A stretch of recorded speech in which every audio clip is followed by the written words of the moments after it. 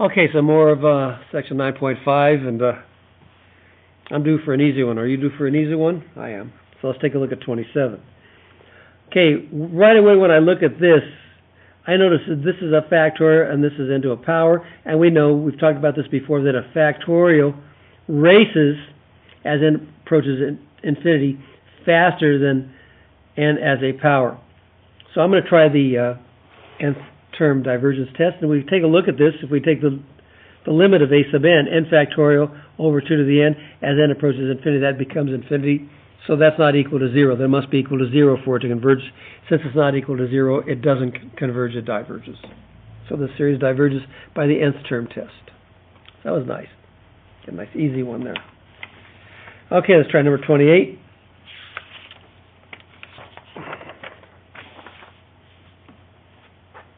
And this isn't quite so bad either.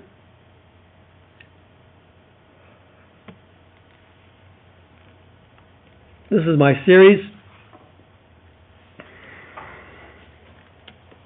And it's going to be oscillating back and forth. It's an alternating series anyway. And then the sine of n, which is going to go between 1 and negative 1. It's going to be 1 when n is 1. And I'm sorry, it's going to kind of fluctuate between n equals sine of 1 and sine of negative 1. Okay. No, I was thinking of pi and negative pi, but no, it's going to be fluctuating between 1 and negative 1. So either way, we know that value is going to be capped. So I think that's going to be the approach we're going to go at. So first of all, we're going to test for absolute convergence. And if we take the absolute value of this, we just get this series here. And again, like I said, we know that this is going to be less than 1 over n squared because the sign of n is going to fluctuate between negative 1 and 1.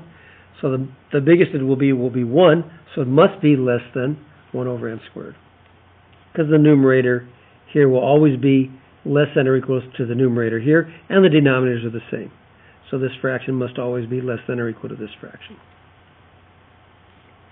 And we know that this converges by the p-series test, p equals 2, which is greater than 1. So since this is converging, and this is every member of this term is beneath this one, okay, this is going to this converging series, which is greater than every term of this series. This converges. This actually forces this down, if you want to think of it like that. So it forces this to converge. So we can say that our series converges absolutely by the direct comparison test. Now remember, absolute convergence implies convergence, so we can also say it converges. So this converges by the direct comparison test. Converges absolutely.